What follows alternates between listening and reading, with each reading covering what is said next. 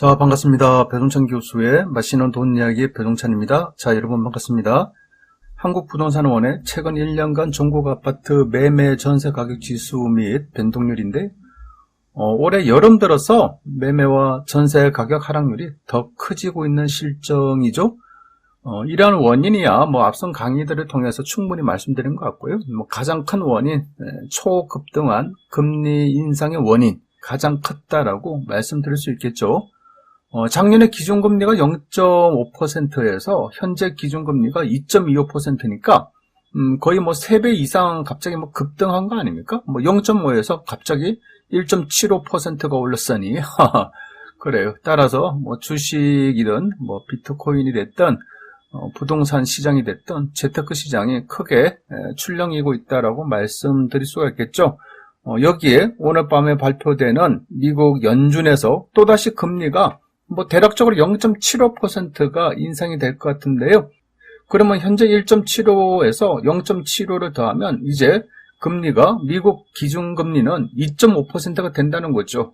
그러면 미국의 기준금리가 2.5%, 우리나라의 기준금리는 2.25%, 즉 미국의 금리가 우리나라 금리보다 앞서게 된다는 거죠. 그래요. 그러면 쉽게 말씀드려서 미국에서 더 많은 이자를 준다는 거예요. 그러면 우리나라에 있는 돈들이, 그렇죠? 외국 투자 자금들이 이제 국내에서 국외로 빠져나갈 가능성이 많다. 따라서 외국인들이 주식 같은 거 팔고 이러고 있지 않습니까? 그리고 우리나라의 외환 보유 금액이 줄어드는 것도 이제 미국에서 더 많은 금리를 준다고 하니까 이쪽으로 돈들이 흘러가고 있다라고 말씀드릴 수가 있겠죠. 이러하니 재테크 시장이 그다지 긍정적이지 않다라고 말씀드릴 수가 있다는 겁니다. 여기에 KB부동산의 보도 자료에 의하면 앞으로 집값에 대한 매매 전망지수 추이를 살펴보면 전국이 됐든 서울이 됐든 부산이 됐든 이처럼 하락하고 있다는 거예요. 뚝뚝 떨어지고 있지 않습니까? 여기서 말하는 매매 전망지수의 기준은 100인데요. 100 이상은 집값이 오를 것이라는 전망이죠. 그러니까 작년 상반기와 작년 7월달, 8월달 보면 어때요, 여러분? 120이 넘어서 130까지, 즉 100 지수 이상이니까 집값이 많이 오른다에 관측들을 한다라고 말씀드릴 수가 있겠죠. 그리고 이처럼 100 이하라는 것은 집값이 앞으로 떨어질 가능성이 많다라는 거죠. 작년 하반기 이후 매매 전망 지수가 이처럼 하락하고 있다는 거예요. 현재는 서울이 67, 그러니까 100 이하죠. 그리고 부산과 전국이 74로 100 이하라는 거죠. 여기서의 문제는요. 전국 매매 전망지수 74라는 거는 2013년 조사 이후 최저의 숫자라는 겁니다. 전국 매매 전망지수 74, 최저라는 거예요. 그만큼 전국적으로 부동산 가격이 좀 재미가 없다라고 말씀드릴 수 있을 것 같고요. 여기에다가 서울 매매 전망지수는 67로 이것 또한 마찬가지로 조사 이후 서울 매매 전망지수가 60 단위가 처음이라는 거예요. 60대 단위가 처음. 그만큼 서울 아파트 가격이, 서울 부동산 가격이 전망이 어둡다라고 말씀드릴 수 있겠죠. 심지어 서울 공인중개사들은요, 서울 집값이 50% 이상 하락할 것으로 예측하고 있고요.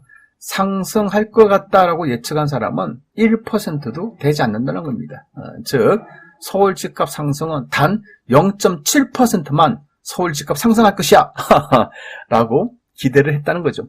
100명 중에 한 명도 서울 집값이 올라갈 것이다 라고 기대하는 사람이 없다라는 거죠. 그만큼 역대 최악이라는 겁니다. 이러하니 집값 하락 분위기가 심상치 않다라고 말씀드릴 수 있겠죠. 그렇다면요, 지역별 매매 전망 지수도 한번 살펴볼까요? 먼저 서울, 경기, 인천인데요. 서울은 67, 경기도는 70, 인천은 67이라는 겁니다. 앞서 말씀드렸죠. 서울이 이렇게 67, 60 단위가 처음이라는 겁니다. 경기도도 마찬가지죠. 경기도도 70인데 겨우 60 단위가 안 됐다. 그리고 인천 또한 67로 분위기가 안 좋다. 극히 안 좋다라고 말씀드릴 수 있겠죠. 그만큼 또 서울, 수도권, 아파트 가격 많이 상승했지 않습니까? 그렇죠?